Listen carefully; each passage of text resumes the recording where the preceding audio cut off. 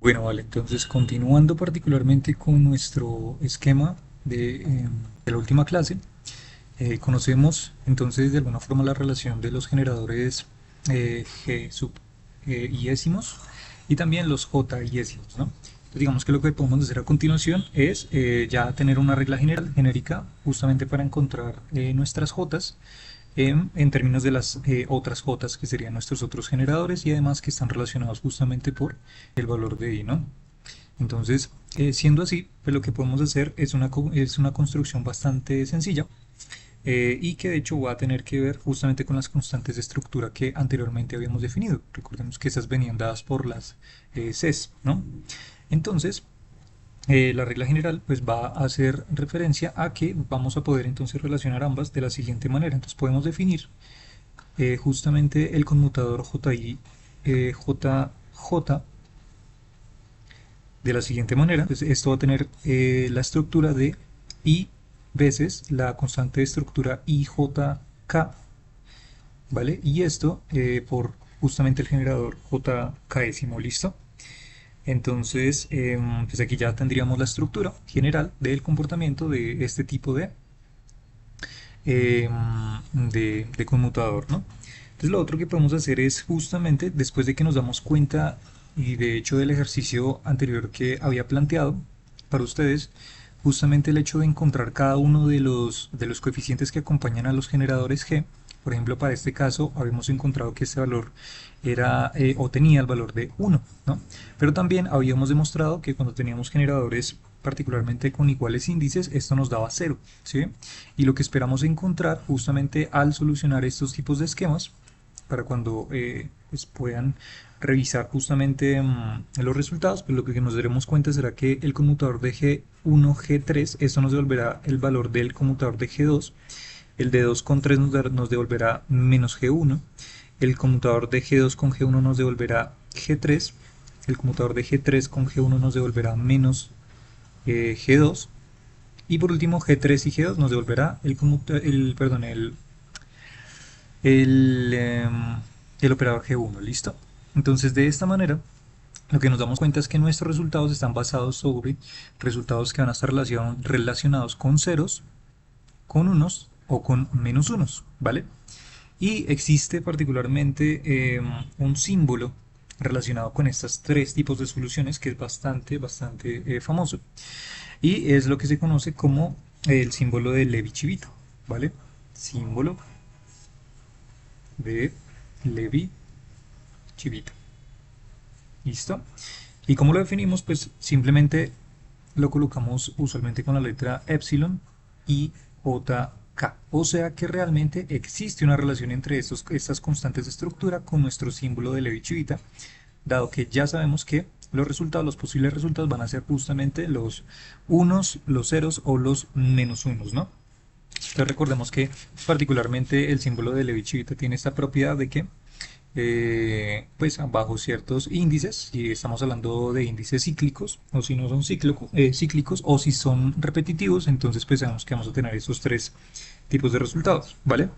Entonces, de esta manera podemos transformar esa estructura y dejarla de la manera general como debería ser, que sería entonces el conmutador JIJJ igual entonces a I veces, aquí tendríamos entonces nuestro símbolo de Levi-Civita IJK por la JK relacionada, ¿listo? Aquí ya tendríamos entonces nuestra receta general para calcular cada uno de los elementos de los conmutadores relacionados con los J, ¿listo? Perfecto. Entonces, pues hasta este momento lo que hemos hecho es decir, vamos siempre haciendo un resumen, una recuenta para que lo tengamos en cuenta, y es decir, vale, estamos trabajando hasta este esquema, hemos estado trabajando, si nos damos cuenta por aquí de pronto con algunos ejemplos, matrices 3×3, ¿cierto? De igual forma como lo estamos trabajando por acá. Eso quiere decir que estaríamos trabajando sobre un grupo, ¿verdad? SO3 en este esquema que hemos estado haciendo, ¿sí? Entonces fíjense que hay una diferencia entre trabajar los grupos SO2, ¿sí? Que cumplían, ya sabemos, la regla de ortogonalidad, el determinante de la matriz de rotación igual a 1, ¿sí? Y además las matrices n por n tienen coeficientes pues constantes, tienen coeficientes reales, perdón.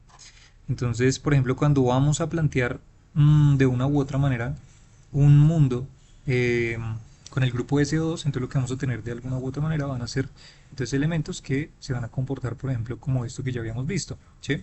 Pero cuando tenemos grupos, cuando empezamos a aumentar justamente la dimensión, por ejemplo el grupo SO3, entonces allí lo que vamos a nosotros a tener en cuenta pues van a ser tres tipos de generadores, ¿no? Entonces pues, aquí es donde tenemos el G1, aquí tenemos el G2, aquí tenemos el G3, correspondientes a lo que ya hemos venido construyendo, ¿vale? Entonces para que lo tengamos en cuenta. Listo, entonces esta parte es importante que se, que se, que se tenga en cuenta, ¿vale? De pronto sería interesante colocar una nota que tengo por acá anotada que es bastante interesante, que es un poco pedagógica también, como de, de encontrar estos elementos unos o menos unos dentro de las matrices para lograr ubicarnos más o menos como deberían estar construidas. Y digamos que es una manera de generalización para cualquier grupo S o N, ¿listo? Entonces, ¿qué es lo que dice? Digamos que como artificio matemático podemos de alguna u otra manera hacer una búsqueda de, por ejemplo, dónde está el 1, ¿listo? En la matriz. ¿Y eso cómo lo podemos saber? Eso lo podemos saber justamente de los índices que tienen los conmutadores, perdón, el operador. Entonces, de esta manera, por ejemplo, si tenemos nuestro conmutador G sub 1, 2, entonces esto quiere decir que el 1, particularmente el 1, el valor de 1 va a estar ubicado en lo que sería la primera fila y segunda columna, ¿sí? Recordemos que estaríamos hablando primera fila, primera columna, segunda columna. Es una matriz 2 por 2, recordemos, ¿no? Entonces, aquí lo que estaríamos diciendo es que vale, por ejemplo, para el grupo, en este caso SO2, SO2, entonces podemos ubicar específicamente el valor de 1 siguiendo el orden, ¿sí? De los índices que aparecen en el operador. Entonces tenemos índices 1, 2, quiere decir que nos vamos a ubicar en la primera fila, o sea, en esta fila, y luego nos vamos a ir a la segunda columna, o sea, una columna, segunda columna. O sea que justo aquí en esta posición vamos a encontrar el valor de 1, ¿listo? Listo, para que lo tengamos en cuenta. Es una manera también de encontrar estos valores. Y el resto, pues ya sabríamos que sería ceros y el menos 1 en contraposición acá, ¿vale? Por ejemplo, entonces digamos que ya no estamos trabajando S2, sino que estamos trabajando SO3. Entonces en SO3 lo que tendríamos sería algo similar. Entonces aquí, por ejemplo, para el generador Z, o lo que nosotros llamamos el generador 1-2, ¿verdad? El, sí, el generador 1-2. Entonces aquí de igual forma tendríamos exactamente la misma estructura, pero ya tendríamos son matrices 3x3. O sea que aquí esto quiere decir que tendríamos 0, 1, ¿verdad? 0. Y luego tendríamos de nuevo menos 1, 0, 0, 0, 0, 0. ¿Listo? ¿Cómo sabemos que está ubicado ahí? De nuevo, entonces, primera fila, y nos ubicamos en la segunda columna. Aquí estaría ubicado exactamente nuestro valor de 1. ¿Listo? Hagamos otro ejemplo. Digamos, tenemos el generador G sub Y. Entonces el G sub Y estaría relacionado con 3 y 1, ¿no? Eso quiere decir que ¿dónde estaría ubicado nuestro valor de 1? Nuestro valor de 1 estaría ubicado en la tercera fila, primera columna. Quiere decir tercera fila, 1, 2, 3.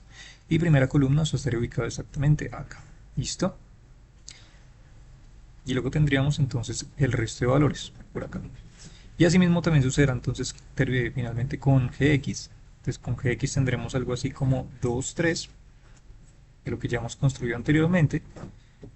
Y entonces esto nos conllevará de nuevo a buscar entonces segunda fila, tercera columna. Entonces tendríamos 0, 0, 0, 0, 0, 1. Aquí estaría ubicado el 1, segunda fila, tercera columna. Listo. Y luego tendremos 0, menos 1, 0. ¿Vale? Tengamos en cuenta. Listo. ¿Y qué pasaría, por ejemplo, si tenemos, digamos que tenemos menos el conmutador, perdón, el operador, el generador de alguno de estos elementos? Por ejemplo, digamos que tenemos menos G12. Entonces, menos G12, con este menos que ya incluimos, lo que va a hacer es rastrear ya no el 1, sino el menos 1, ¿no? Entonces, esta posición que me va a indicar este par de índices es justamente la posición de donde está el menos 1. Quiere decir de una u otra manera que lo que haremos será decir, vale, entonces el menos 1 va a estar en la posición de primera fila, segunda columna. Quiere decir 0 menos 1, 0. Tendremos 1, 0, 0, 0, 0 y 0. ¿Listo? Vale. Y por último, para relacionar esto, vamos a hacer el caso, por ejemplo, en SO2. Entonces, por ejemplo, ¿qué pasaría si tuviéramos el generador J12? Y ya sabemos que el J12 está relacionado con ¿qué? Con un menos I, ¿verdad? G12. De esa manera entonces lo que nosotros haríamos, también podríamos aplicar esta regla y sería rastrear. Fíjense que aquí hay un menos i, por tanto rastrearíamos la posición de menos i con este generador. Entonces de nuevo los par de índices lo que me estaría diciendo es dónde está ubicado el menos i. Entonces tendríamos primera fila, segunda columna, primera fila, segunda columna. Entonces el menos i estaría ubicado exactamente en esta posición, ¿vale? Contraposición aquí tendríamos la i, luego tendríamos 0 y 0 por este lado. ¿Listo? Digamos que es una manera un poco más rápida, digamos, de pensarlo. Si de pronto se nos llega a olvidar en algún momento en qué posición están ubicados los menos i o los unos o los menos unos, ¿vale? Entonces para que lo tengamos en cuenta como una regla estándar, ¿vale? Muy bien, a continuación entonces lo que vamos a hacer es lo siguiente. Entonces una vez ya teniendo en cuenta este esquema planteado, ¿listo? Entonces para SON, el grupo SON, luego deberá seguirse cumpliendo lo que siempre hemos estado haciendo hasta ahora, y es decir que cualquier R se puede escribir como E elevado a la A, ¿cierto? Donde A cumple justamente la característica de ser una matriz antisimétrica. Y además de que esta matriz antisimétrica debe tener las características de que su transpuesta debe ser igual a menos la matriz misma, ¿vale? La matriz misma, ¿vale? Luego entonces para un ejemplo en SO4, si lo pensamos en SO4, digamos para una matriz de 4 por 4, entonces lo que nosotros sabemos es que una matriz estándar antisimétrica, en este caso en 4 dimensiones, pues lo que se corresponderá será, ya vamos a tener una diagonal llena de ceros, ¿listo? Y de los otros lados tendríamos entonces las otras componentes, por ejemplo vamos a llamarlas A, B, C, D, E y F, ¿listo? A, B, C, D, E, F. Sí. Bueno, aquí las tengo anotadas de otra manera. Bueno, si que más bien dejemos esta anotación, solamente es el cambio de unas letras, no hay problema por eso. Entonces aquí, digamos, colocamos F y G. ¿Listo? Vamos a omitir el line. Listo. Entonces digamos que en esta posición lo que nosotros ya sabremos es que del otro lado, o sea, digamos, del otro extremo de la diagonal, lo que nosotros tendremos serán las componentes, las mismas componentes, pero en su versión negativa. Entonces aquí tendríamos el menos A, luego de este lado tendríamos el menos B, luego de este lado tendríamos el menos D, que le correspondería a este valor. De este extremo tendríamos el menos C, luego seguiríamos con el menos F y por último terminaríamos con menos G. ¿Listo? Esta es la estructura general de una matriz antisimétrica. ¿Listo? Entonces lo que nosotros podemos hacer es algo interesante y es descomponer esta matriz como una combinación lineal, ¿vale? Esto siempre se puede hacer, siempre y cuando se respete la misma estructura original, ¿vale? Entonces, ¿qué es lo que podemos hacer? Por ejemplo, podemos crearnos una combinación lineal diciendo lo siguiente, vamos a factorizar, entonces, una A, ¿vale? Y esta A va a estar relacionada entonces con una matriz súper gigante de igual forma, de 16 elementos, donde entonces aquí tendremos justamente y únicamente donde aparezca la A, vamos a colocar entonces un 1. Entonces, si aquí tenemos 0, 0, 0, 0 corresponde a este elemento de acá. Y luego aquí tendríamos un 1 y aquí tendríamos un menos 1, que correspondería a que si yo introduzco este A por este 1 y por este menos 1 me devuelve este pedazo de acá. Y como no hay más A's en toda esta matriz, entonces el resto serían llenos de ceros. ¿Listo? 0, 0, ceros por todo lado. Y luego seguiríamos, como es una combinación lineal, sumaríamos entonces luego el siguiente coeficiente, que sería entonces B, por ejemplo, y haríamos exactamente lo mismo. Entonces, seguimos la partición por acá, la partición por acá. Entonces buscamos rastreamos dónde están las B's, que solamente su única posición es esta y esta de acá. Por lo tanto, en este primer cuadrante, si quieren verlo, tendríamos ceros. Aquí no aparecen B's, aquí aparecería 1, entonces aquí tendríamos 1, 0, 0, 0. Aquí tenemos un menos 1, entonces menos 1, 0, 0, 0 y el resto lleno de ceros, ¿vale? Y así lo haríamos con el resto de componentes. ¿Listo? Entonces realmente saldría una combinación lineal de 6 matrices, dado que hay 6 letras. Aparecería la A, la B, apareciera la A, la B, la C, la D, la F y la G, ¿no? Entonces aquí tendríamos 6 letras, por tanto habría una combinación de 6 elementos acá. ¿Listo? Pero entonces la cuestión es curiosa porque cuando hacemos esta descomposición lo que nos damos cuenta es que cada uno de estos elementos corresponde o va a corresponder específicamente a un generador. ¿Sí? Recordemos de la técnica que les acabo de decir. Aquí estamos ubicados en la primera fila, segunda columna, donde está el 1. Eso quiere decir que este generador sería el generador G12. ¿Sí? Luego rastremos el segundo. El segundo, por ejemplo, este de aquí, ¿cuál sería? Pues este generador de aquí correspondería pues al valor entonces en este caso de G3, perdón, 1, 3, ¿no? O sea, primera fila, tercera columna, ¿verdad?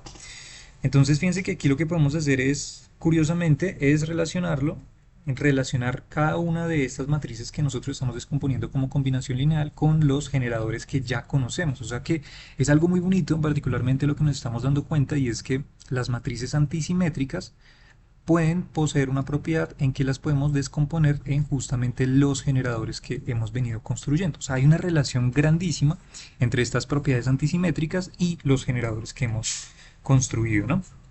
¿Vale?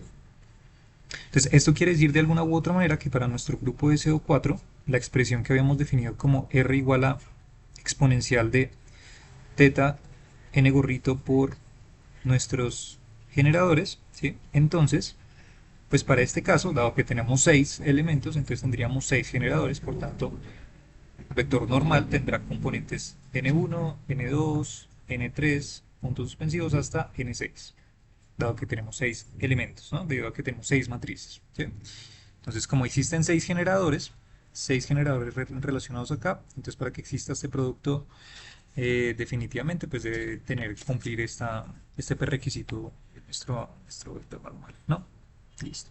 O sea que de una u otra manera lo que nosotros podemos decir es, vale, eso quiere decir de otra forma que podemos plantear esta matriz de rotación simplemente como cada uno de estos elementos A12, G12 más, luego tendríamos A13, G13 más, luego tendremos A14, queremos plantearlo así, A14, G14 más A23, G23 más A24, G24 y por último tendríamos entonces más A34, G34. ¿Listo? Entonces la pregunta es, oiga, ¿y qué pasó? ¿De dónde salieron estos As? ¿No? Bueno, estos As corresponderían pues de una u otra manera simplemente a los ángulos que nosotros estamos teniendo en cuenta y pues cada uno de los términos de las componentes normales que aparecen acá, ¿sí? Eso quiere decir que dado que estas componentes pertenecen a los reales y los ángulos también, entonces pues cada uno de estos términos A y J décimos pues van a pertenecer al cuerpo de los reales, ¿vale? Para que lo tengamos en cuenta. Entonces, simplemente estamos haciendo esta descomposición, este tipo de simplificación. ¿Listo? Bueno, entonces llegados a este punto podemos hacer una generalización bastante bonita y es la siguiente.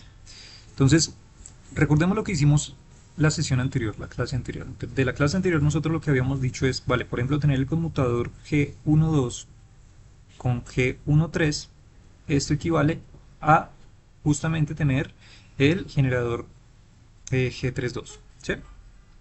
Pero entonces fíjense lo que podemos hacer aquí de una manera también o podemos encontrar un patrón bastante útil en este juego. ¿Y cuál es? Y es, vale, si tú tienes este par de índices al inicio que corresponden a ser los mismos, en este caso 1 y 1, ¿sí? Entonces los índices o el par de índices que van a sobrar en este caso corresponden a 2, 3, ¿sí? Los vamos a colocar exactamente pues al final como índices del generador que nosotros tenemos como resultado en el conmutador al final, ¿vale? Pero entonces aquí si nos damos cuenta lo que pasó fue que se invirtieron el orden. Entonces comenzamos por el 3, terminamos por el 2. ¿Listo?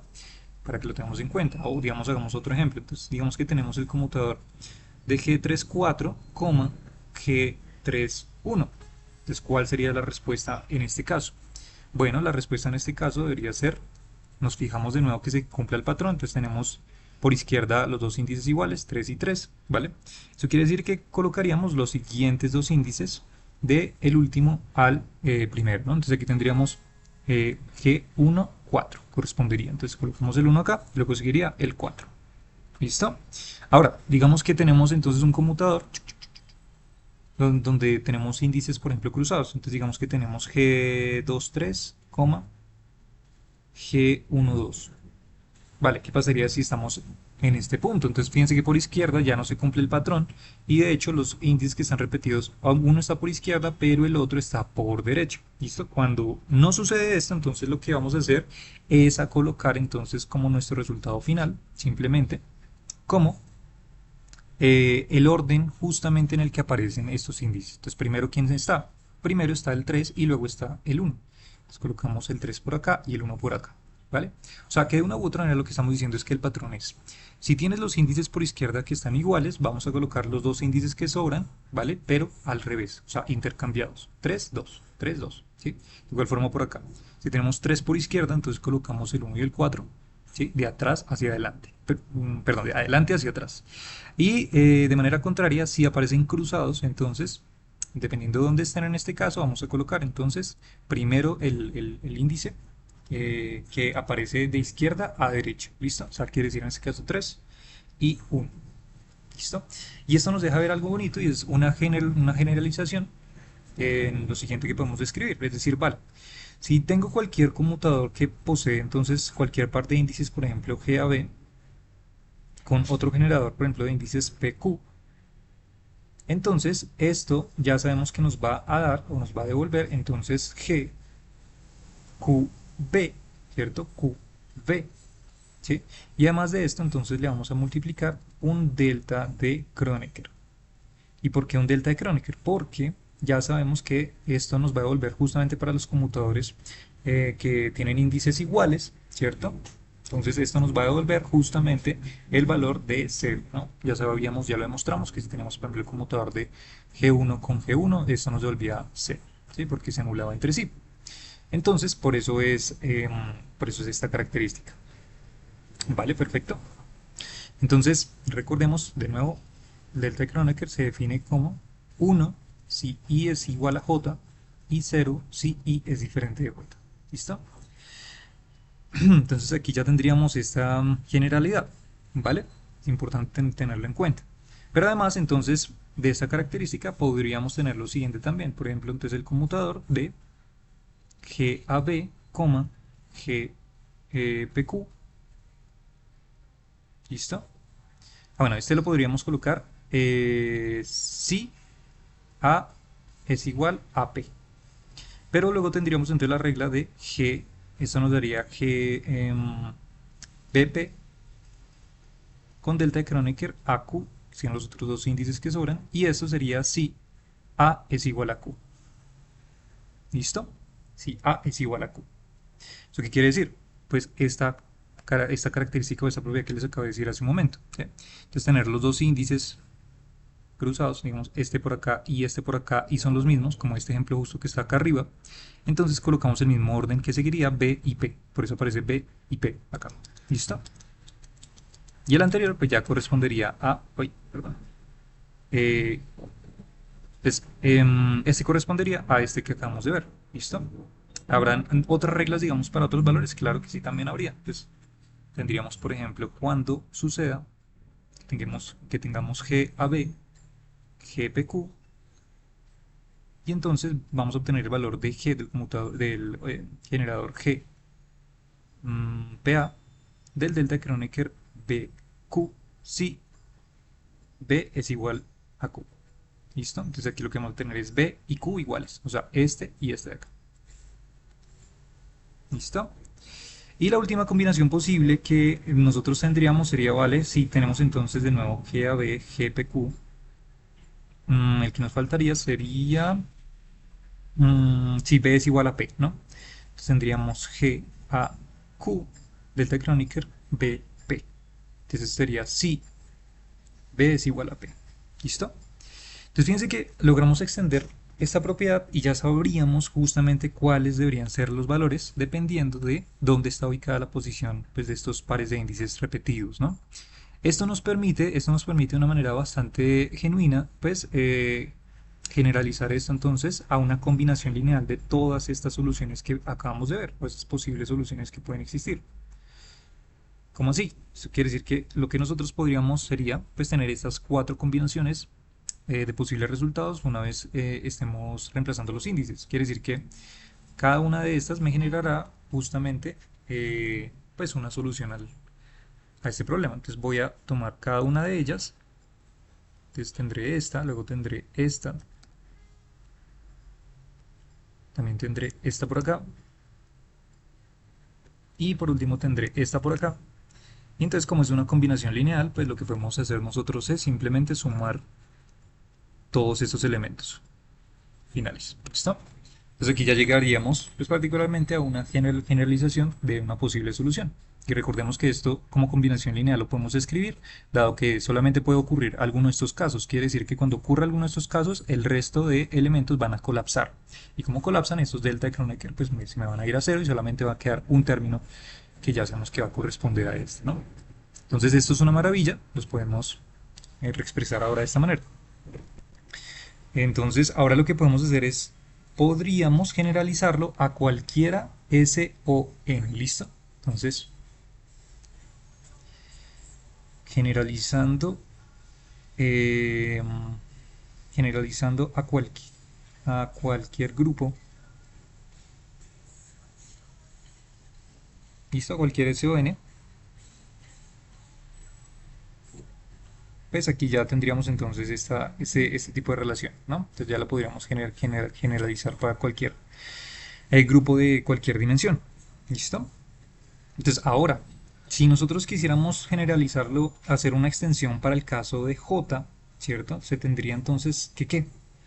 Mm, entonces, para el caso de J, lo que nosotros tendríamos sería de las mismas estructuras que nosotros teníamos arriba hace un momento. Entonces tendríamos, ya sabemos que tendríamos menos i.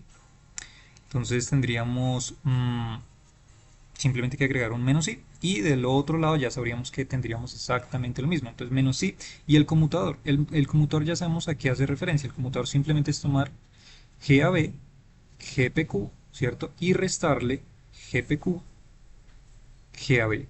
O sea, esta es nuestra definición del conmutador que ya sabemos. Entonces vamos a multiplicar al lado izquierdo y al lado derecho por un menos i. Quiere decir que de todo este lado va a pasar exactamente lo mismo. O sea, tendríamos exactamente el mismo término.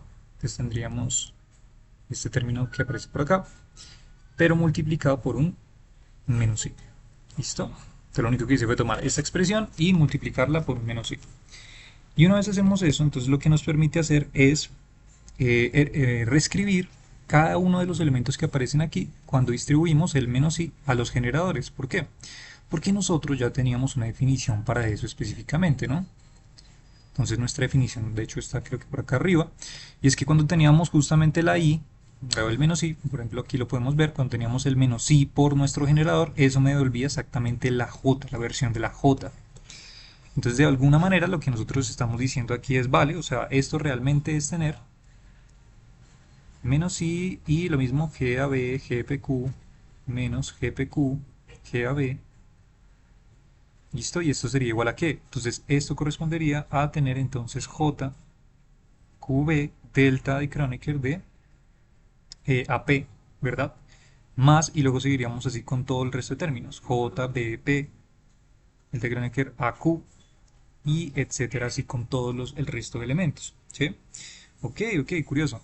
¿Y será que podremos hacer algo más? Vale, pues podríamos, ¿qué tal si multiplicamos de nuevo, tomamos toda esta ecuación y la multiplicamos por otro menos i? O sea, cojamos de nuevo todo este paquete y multipliquémoslo por un menos i. Vale, esto, ¿qué me dará entonces como resultado? Entonces aquí tendría, entonces de este lado izquierdo tendría menos i por menos i, pues nos daría algo así como menos i cuadrado, ¿verdad? Y entonces luego tendríamos lo mismo, este mismo paréntesis que aparece acá, este de acá. Y luego del otro lado, ¿qué tendríamos? Tendríamos menos i, pues por todo este elemento que sería j, q, b, delta de Kronecker, AP, más puntos suspensivos, ¿verdad? ¿Listo? Pero entonces, ¿cuál fue el fin de hacer esto? Pues el fin de hacer esto es que ya sabemos que cada menos i, cada paquete de menos i con un generador va a corresponder a una j. ¿Sí? Entonces, fíjense que si tomamos, por ejemplo, si hubiéramos tomado de la línea anterior este menos i y lo hubiéramos aplicado a este, pues nos hubiera devuelto una JAB, pero hubiéramos quedado con un generador G por ahí volando.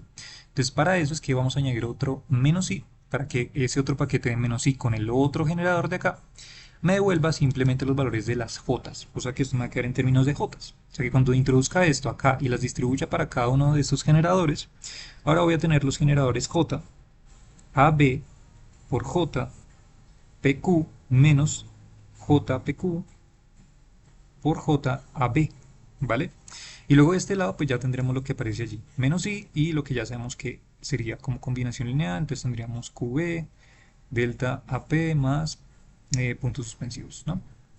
Entonces fíjense que pasamos con un par de pasos bastante sencillos, pasamos de tener una generalización para los generadores G, ahora a tener una generalización para los J's, para el conmutador, de hecho particularmente, esto lo podemos decir más bien en forma de conmutador, tener el conmutador JAB, JPQ, pues equivale entonces a tener esos elementos de forma completa, donde entonces tendríamos,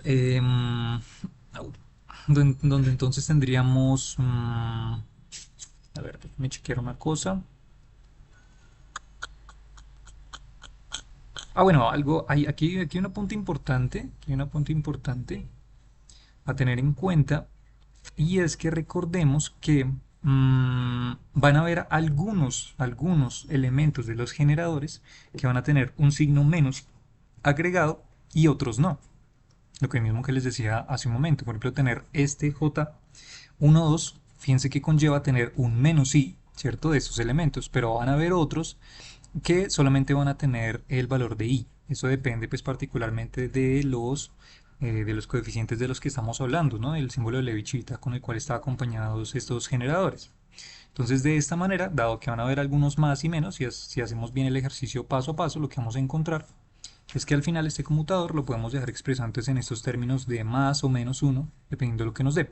Aquí les voy a colocar como tal cuánto sería el resultado total, que tendríamos entonces el elemento JBQ, delta de Kronecker AP, menos, no tendríamos no, eso sería una BP, delta de Kronecker AQ, más JAP, delta de Kronecker BQ, y por último menos JAQ, delta de Kronecker BP. ¿Listo? Entonces, y esto, pues ya sabemos que cumpliría donde A, B, P y Q, pues arrancaría de 1 hasta enésimo para el grupo cualquiera S o N que nosotros estaríamos llamando, ¿no? Entonces aquí ya estaríamos diciendo que estaríamos haciendo la extensión para cualquier tipo de grupo de rotaciones S o N en cualquier dimensión, dado justamente esas propiedades del conmutador, ¿no? Entonces, pues ya lo tendríamos por lo menos por este lado. Déjenme chequear aquí de pronto que podría ser interesante que tuviéramos en cuenta. Vamos a ver. Vale. Vale, por aquí no habría nada de pronto importante por allí. No, creo que no hay nada importante por allí. Sí, ahí está bien. Listo, perfecto. Entonces, vale, una vez ya tenemos este esquema general planteado, entonces ahora lo que podríamos hacer aquí como un recuento de todo este esquema que hemos hecho es lo que se conoce como contar generadores. ¿Listo? Contar generadores. Entonces, ¿para qué vamos a contar generadores? Pues contar generadores, digamos que simplemente es una forma de resumir todo lo que hemos hecho hasta este momento y saber usualmente cuántos generadores, los Gs que hemos venido construyendo, van a empezar a aparecer dependiendo la dimensión de la que estemos trabajando. ¿Listo? Entonces, pues para que lo tengamos en cuenta, entonces haciendo el recuento, para el grupo, por ejemplo, S2 del que hemos estado trabajando, sabemos que existe entonces un generador N, que nosotros estamos llamando N generador, ¿listo? Y este generador que nosotros construimos, que de hecho por aquí lo había colocado como ejemplo hace un momento, para el caso este de acá, para el caso SO2, ¿sí? Solamente nos volvía un generador, ¿sí? Dado que estábamos trabajando en este caso, em, estamos trabajando pues sobre las matrices 2x2, ¿no? Ahora, si queremos hacer en este caso entonces la extensión para SO3, que sería trabajar matrices 3x3, entonces aquí lo que nos dimos cuenta es que aparecían tres generadores, ¿verdad? Y estos tres generadores N3, vamos a llamar a estos generadores N, ¿vale? Tenemos en cuenta cuando me refiero a N, van a ser los generadores. Entonces, el generador en este caso correspondería a tres valores porque existen tres matrices, ¿no?, relacionadas para los elementos del grupo SO3. ¿Listo? Y entonces, además de ello, lo que podemos nosotros tener en cuenta es que para este caso de estas matrices 3x3, lo que nosotros teníamos eran matrices antisimétricas, recordemos, y entonces teníamos aquí nuestros elementos de siempre, cualquier grupo aquí de elementos que aparezcan acá rojos, ¿listo? Que serían los elementos, a ver, ¿qué está escribiendo? Ya, los elementos independientes,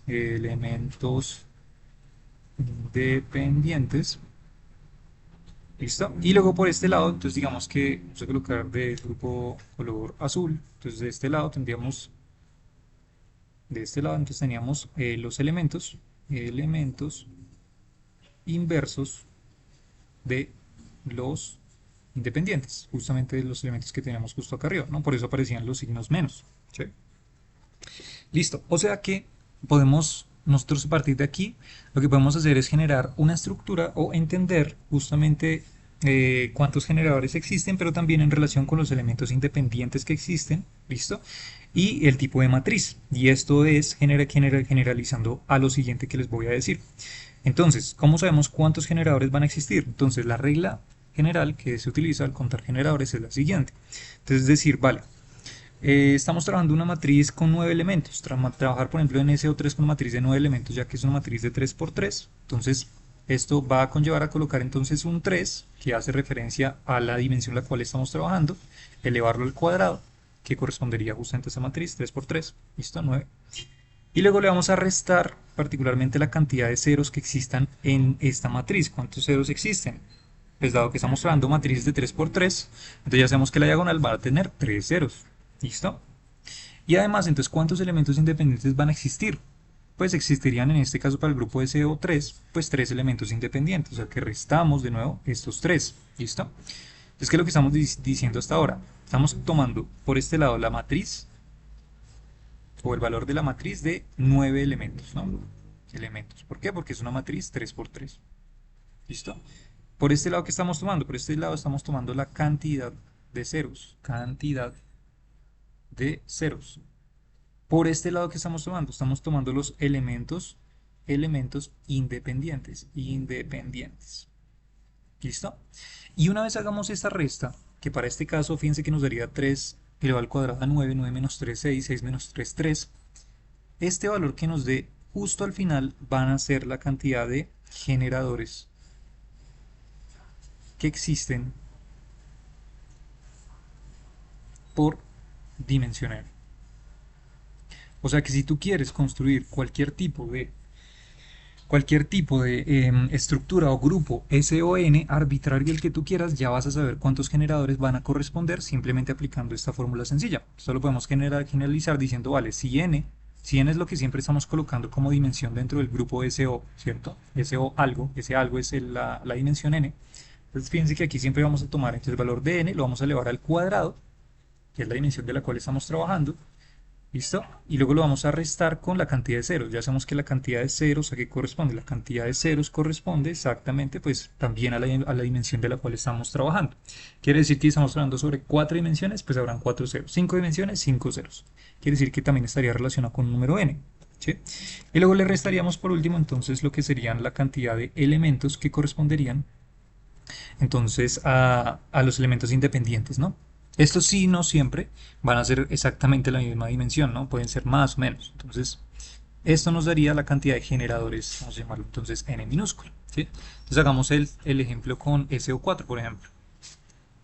Listo, y planteo el esquema para que ustedes lo hagan con SO5. Entonces SO4 sería matrices 4x4, entonces sería tomar de nuevo, entonces una matriz gigante con ceros, 1, 2, 3 y 4 ceros, perdón, ahí el orden, 4 ceros, y fíjense que entonces ahora lo que va a pasar es que ya no tendríamos, aquí empezaría de pronto 4, tendríamos 4 elementos independientes, no, pues aquí tendríamos 1, 2, 3, 4, 5 y 6 elementos independientes, ¿sí se dan cuenta?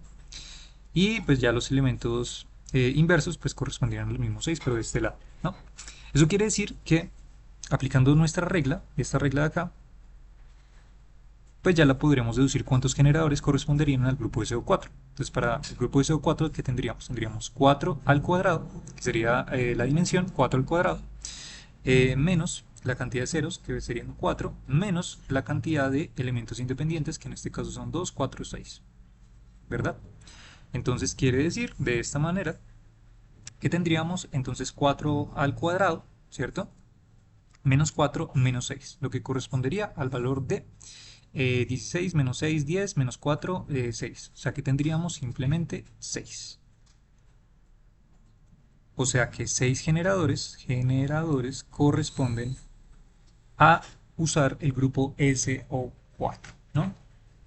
Y de hecho, por aquí, si mal no recuerdo, creo que fue por aquí, sí, por aquí fue.